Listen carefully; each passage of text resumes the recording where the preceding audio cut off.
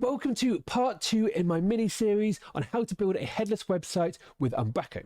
Now, as of Umbraco v12, the Content Delivery API was released. This means you can use Umbraco to build headless websites.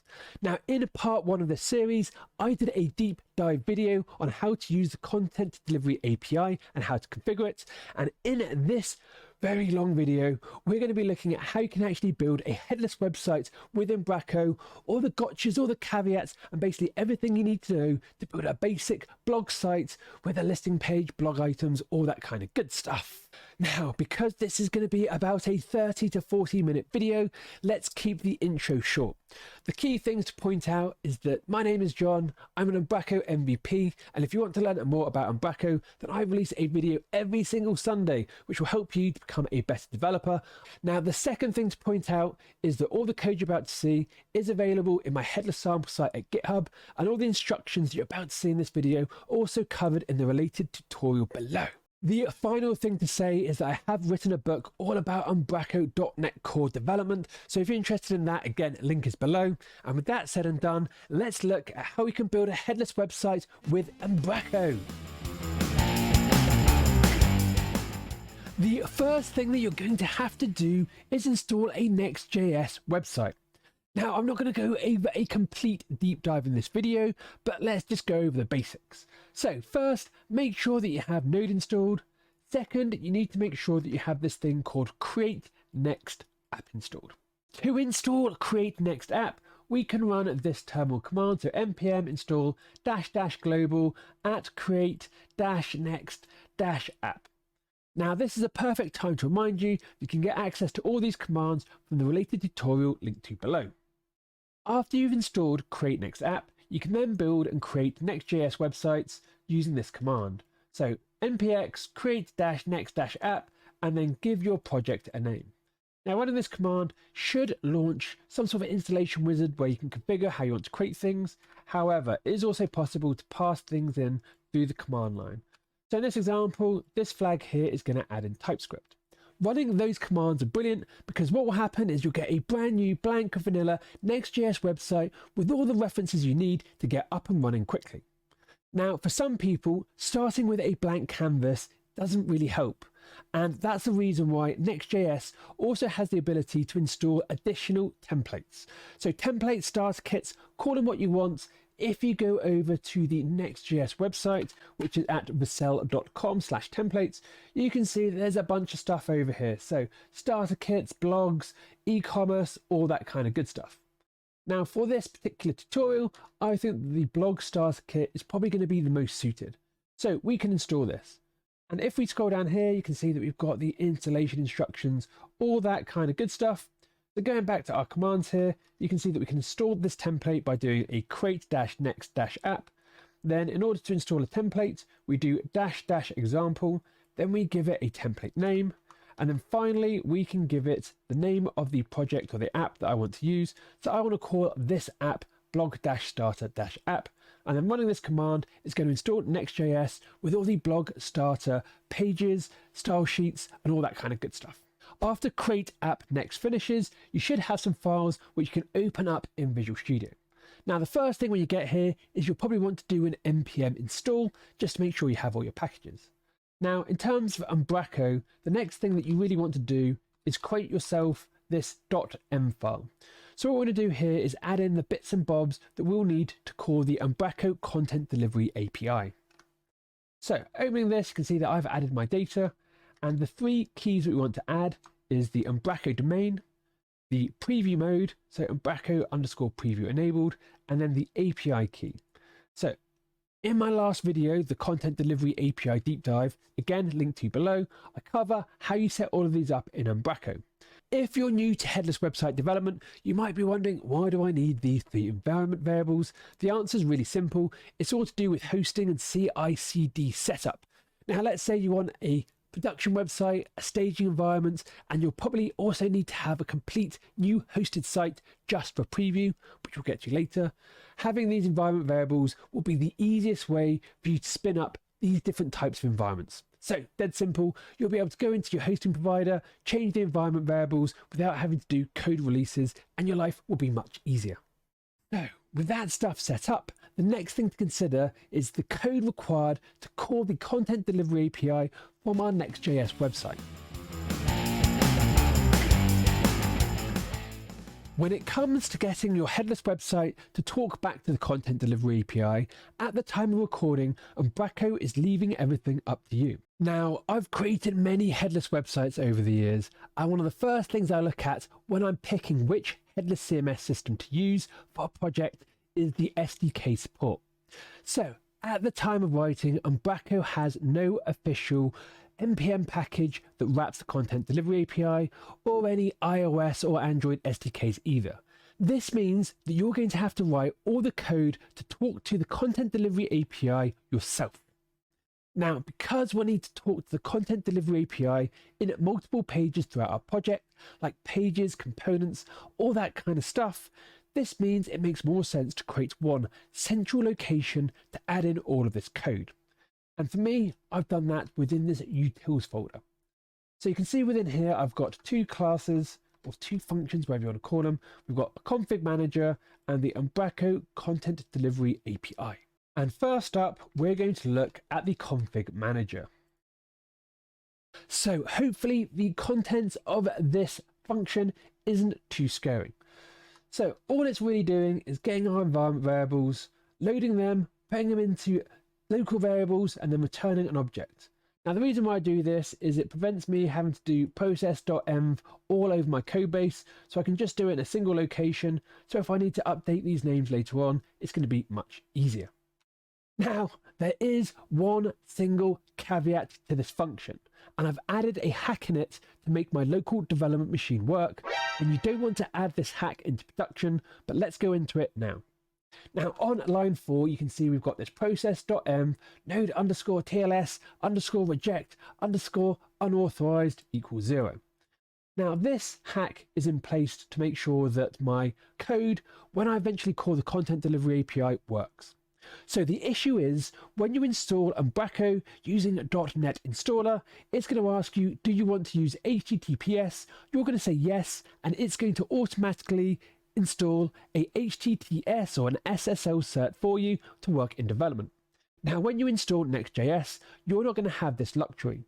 This means that when you talk from Next.js back to Umbraco, it's going to be HTTP to HTTPS, and things are going to blow up. So what this little line here does is prevent your Next.js application blowing up. Okay, so now let's have a look at the content delivery API code itself. The code that you need to create in this file will be composed into two areas. So the first area we can see at the top is basically the call to the content delivery API. Now remember, when it comes to content delivery API, it exposes three endpoints: content and item. Now, even though the content delivery API exposes three endpoints, if we look at get content by item and route, we can see that the URL is exactly the same. This means at a code level, we need to implement two different functions. One function will be used to get all items, and it's going to call the content endpoint. Now, remember, this endpoint takes in a number of additional parameters, so we're going to need to build all of these parameters up when we're making a request. Then, alternatively, we need to do exactly the same thing for get item. Again, these take in additional parameters, so we're going to need to build this up as well in code. Now, regardless if we're using get item or get content, we're still going to need to call Umbraco, and the code to do this is going to be exactly the same regardless of the URL that we pass in. So hopefully you can now appreciate that within our Umbraco content delivery API class, we basically need to create three functions. One, which is doing a fetch and calling the API, passing in a URL. Then we need to create a function which is going to call contents. Then we're going to create another function which calls item, and then within each function we're going to build up the URL depending on what parameters are being passed in. Now that you can appreciate the rough architecture of this class, let's take a bit more of a deep dive. So first off, let's look at the code that calls the Umbraco content delivery API.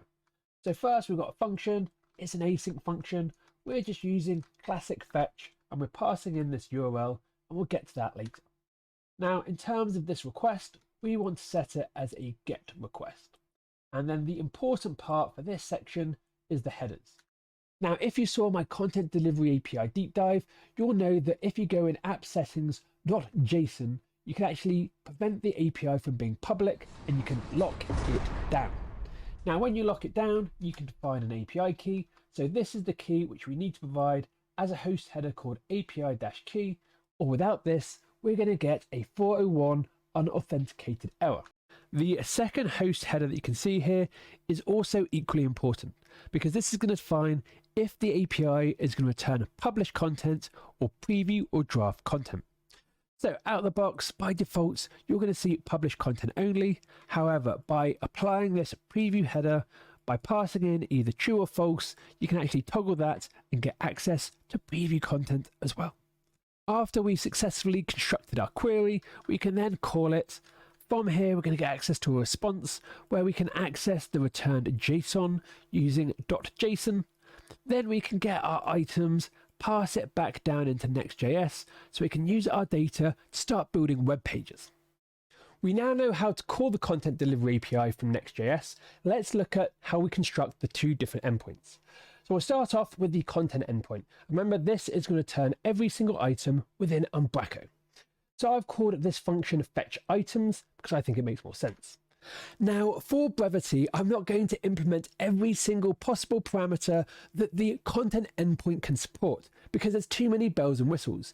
Instead, in this video, I'm just going to focus on the things that will help me build a homepage, a listing page, and to dynamically render any single blog page within the CMS based on URL. So the parameters that I'll likely need to use are expand. So I'm going to use this to get additional information, meaning that I don't have to make two queries at the same time. Now, because I just want to list blog pages, I don't want to return every single item. So I want to be able to filter those out. Now, I'm not going to do it in this example. However, I'd probably want to also do skip and take to allow me to do some pagination. So in terms of the URL, pretty simple. We're using the domain that we added as an environment variable mixed with the content endpoint.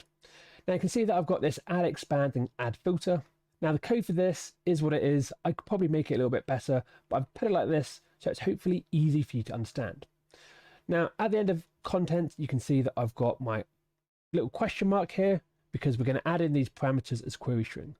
So if expand exists, we're going to use the existing URL and add in a key called expand, and then we're going to set the property using the passed in information. Again, we've got add filter that does exactly the same, where it's going to add on this query string called filter, and we're going to filter the content type by the document type that we've passed in. The code is pretty much exactly the same for calling the item API. Now in here, I'm either going to pass in a path or the Umbraco ID. Now, after we have the path or the ID passed in, we can then construct our URL. So we can still get the domain from our environment variable. This time we're using the item endpoint URL, which is slightly different, and then we're appending the path or ID to the end.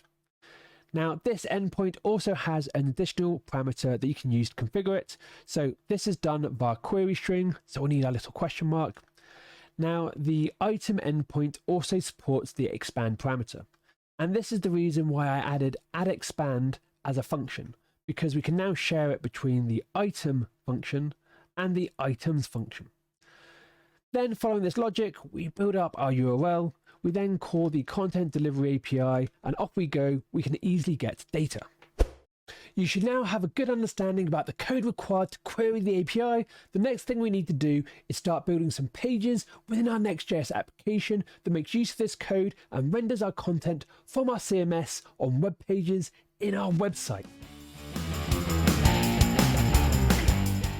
We're now back inside our project, and in order to create pages within Next.js, we'll be building components within this page folder. Now in Next.js, the home page is going to be called index.js. So we're going to add in all of our code here. Now, when it comes to rendering pages in Next.js, we basically have two strategies. So in the first strategy, we might be creating a single page application, or we might be doing server-side rendering. Now in this configuration, we'll be generating pages on demand. Now the other strategy is to use static site generation. Now in this strategy, what we'll be doing is at build time, converting all of our pages to static HTML, which will then be delivered to an edge network, and that's the end page that the user is going to download and interact with. So because we have two different strategies, Next.js has a few different event handlers that we can hook into. So we've got get server-side props, we've also got get static props and get static paths.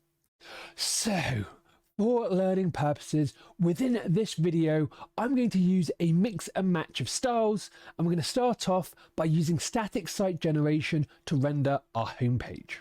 Okay, so let's run through what this class looks like. So at the top, you can see that I'm importing my fetch item. And because we're using static site generation, we need to implement get static props. Now, just in terms of routing, the home page is the easiest page to process. Basically, we always want to get access to the root domain. The home page URL is never going to change. So what we can do is call the content delivery items API, passing in nothing, and you'll get the home page back. For this reason, when we're using a fetch item, we don't need to pass anything in because this is going to get the root item, and the root item is going to be the home page. Now, after we do a fetch item, see that we're doing await and async, we're then going to get our home page data, and then I can pass in the name and the properties as props within my function here. Then within my home components, we can get passed in those props. We can use deconstruction here to get access to our name and our properties, and you can see here that I'm rendering out the page name and the content area, and this is all coming from the CMS. With the code implemented, when I fire up my website, you can see we've got the home page, we're rendering out the title, we're rendering out this content which has been pulled from the CMS. Job is a good one. Now the next page that I want to render is this listing page. So when I click on this, you can see that the URL for this is listing. Now the key thing to note about this page is that it doesn't exist within CMS. Now on this page, you can see that we've got a list of blogs, and all of these blogs are being pulled in from the CMS. Now, the only other thing to mention about this page is I'm going to use server-side rendering to render it out. And just in case you're wondering, there's no real reason why I'm using server-side rendering here. It's just for demonstration purposes. Now, when you're building a headless website using a CMS, you have the choice of where pages are created. Now, obviously, you can either get pages from the CMS. However, it's also possible to create pages directly in Next.js. Now, for the listing example, you can see that all I've done is created this listing component, which lives under pages. And then from here, we can then render out our content. Now, let's say that you're building a checkout in an e-commerce flow. Now, the checkout page probably makes more sense to embed in Next.js because it means that content editors can't delete that page. However, this is definitely an architectural thing you'll need to consider when content modeling. Now within this listing page, you can see that at the top, I'm pulling in fetch items from the code that we went through earlier.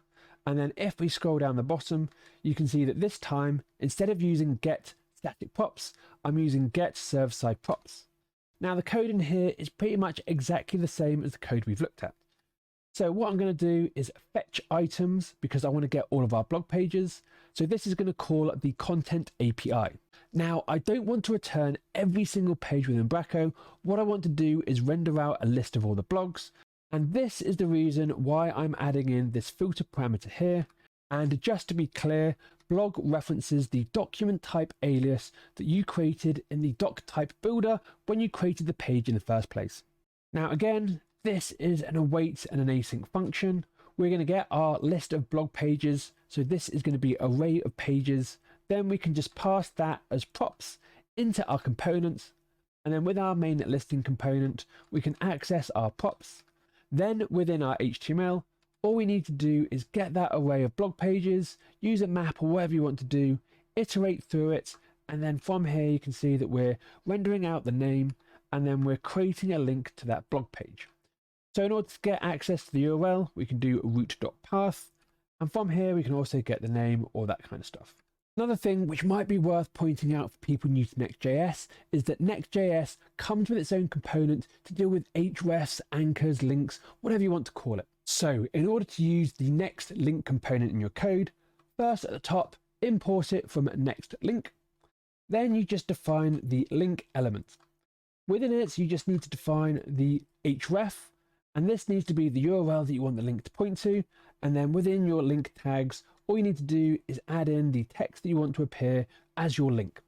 So in my case, this is the blog page, and this is all it takes to create links in Next.js. And the last way of rendering pages is definitely the most complex. Now, when we're working in a CMS, unlike the previous example where we're defining the URL and the page in code, instead, we want to use the pages created by editors in the CMS.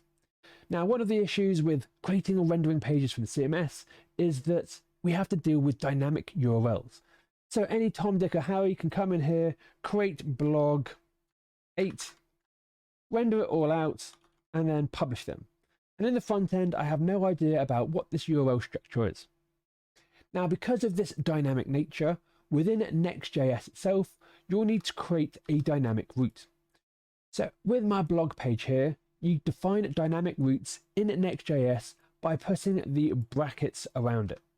This means that any URL is going to come here. Now, in this example, I'm going to be using static site generation. This means that at build time, we need to call Umbraco and get a list of all the blogs that we need to render and convert into HTML in one go. So in order to get all the URLs, we'll be using getStaticPath.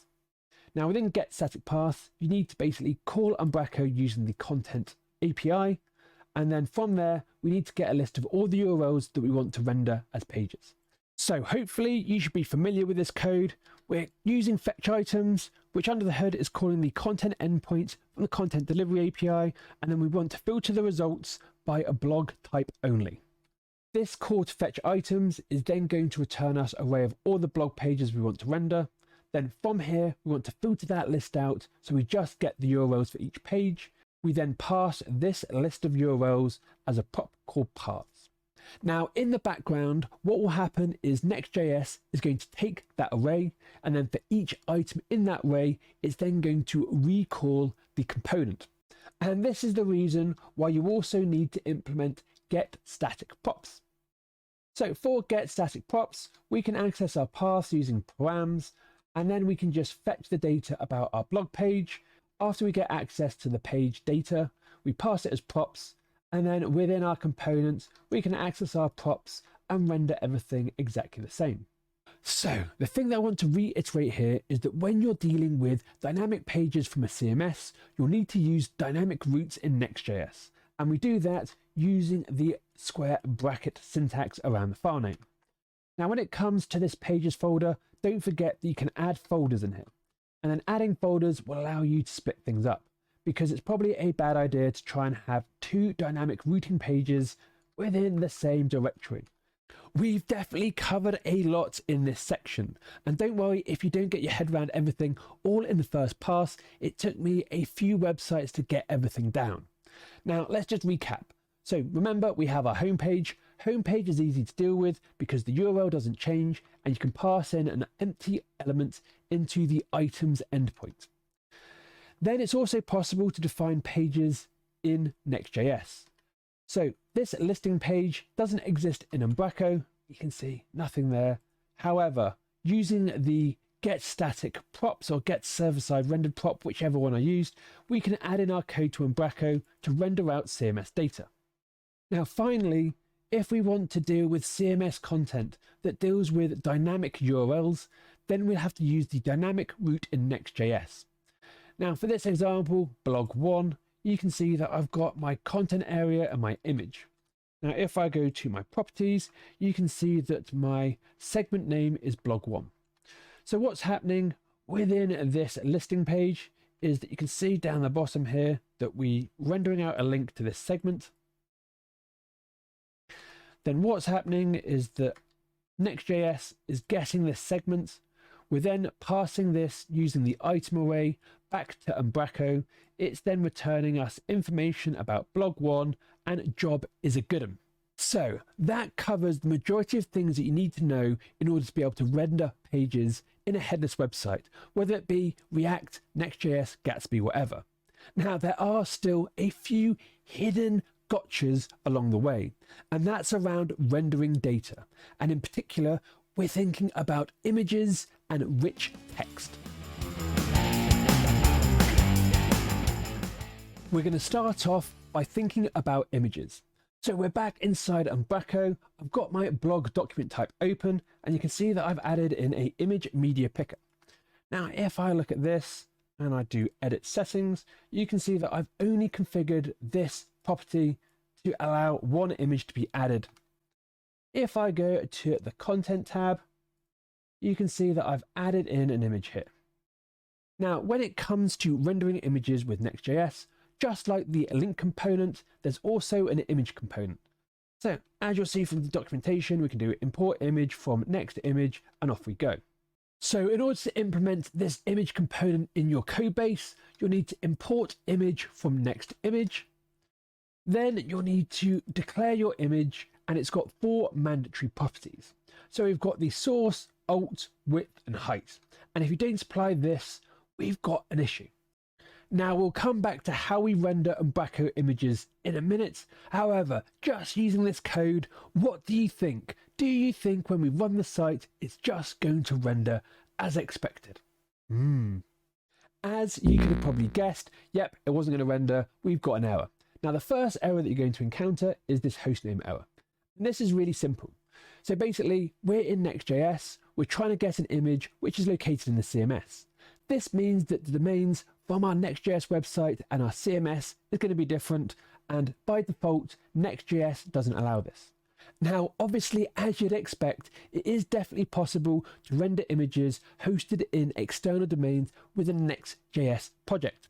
Now, all we need to do is whitelist the domains we want to allow, and we do that within next.config.js. Now, if you don't have this, just basically create it in the root of your project. And then within here, you just basically need to add in this image configuration. And from here, you can see that we've got domains. This takes an array, and you can just whitelist all the domains that you want in here. So you'll probably want to add localhost. Now there's a bunch of other options like loader, path, all that kind of good stuff. I won't cover it here, but this is kind of key to getting that next image component to work. The second thing that can catch you out with images is actually how you access the data you need. Now I've got my property and I called it image. Now, even though I've set my property to only allow a single image to be added, the images are accessed within an array. So for single images, it's always going to be element 0, but that's just something to be aware of. Now, in order to access the URL, you do image.url, and remember that the URL here isn't going to come with the domain. So it'll be up to you to also add in a domain. Otherwise, all your code's going to do is try and call your Next.js website rather than your Umbraco website. This is exactly the same when we're trying to access the different pops.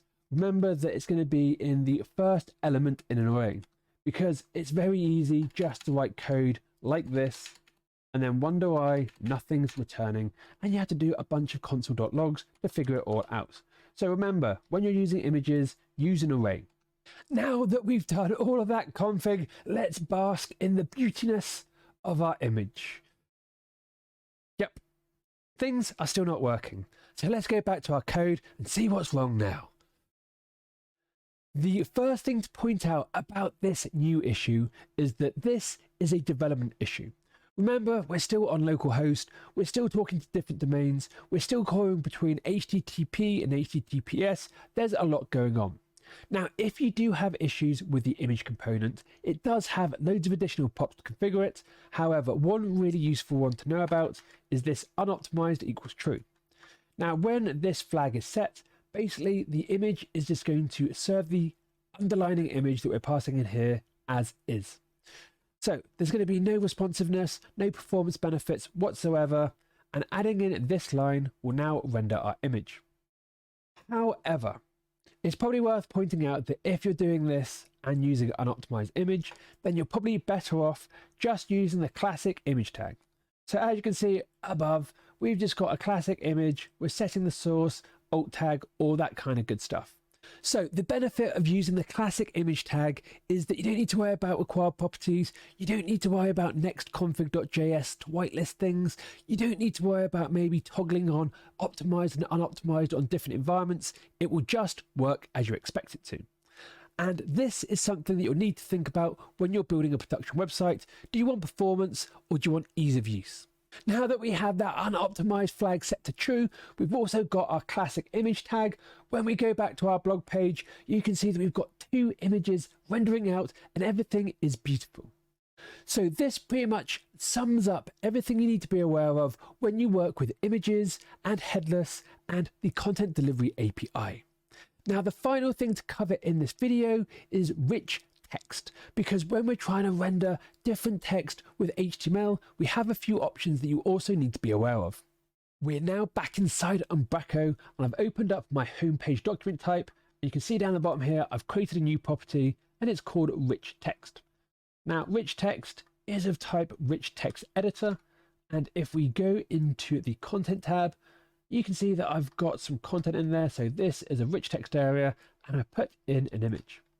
Now I've created a brand new page, basically a clone of the home page, which is called rich text. And you can see that when I'm rendering this, I've got my rich text area and my image being rendered. Let's now quickly look at how this is being rendered. So I've got a new page template in Next.js that I've called rich text.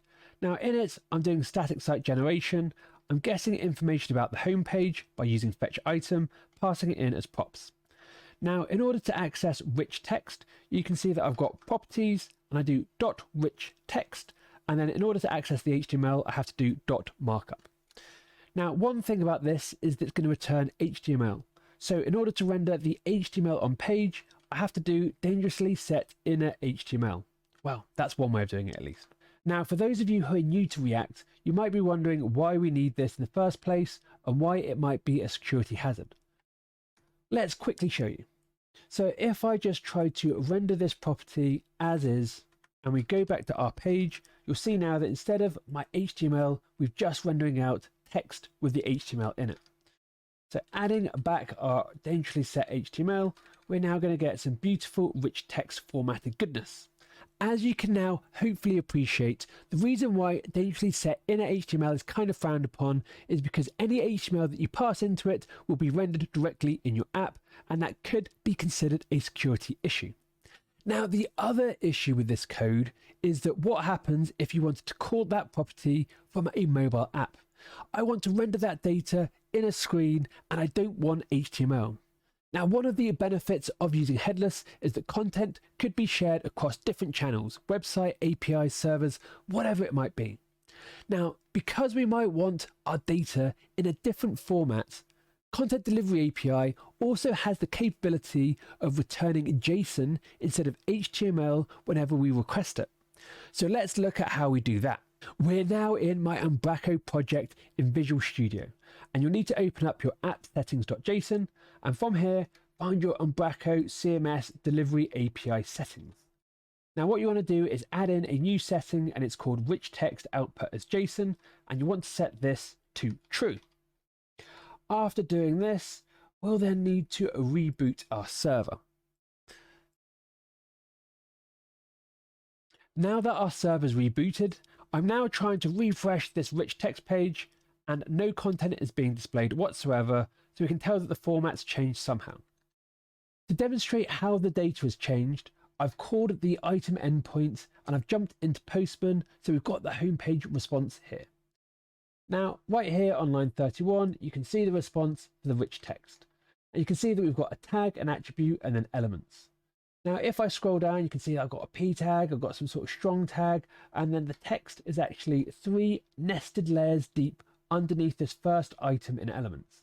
Then if I scroll down, again, we've got another p, then we've got another p, this one's a strong, however, down here, we've got an image tag, and then the source of our image is down here.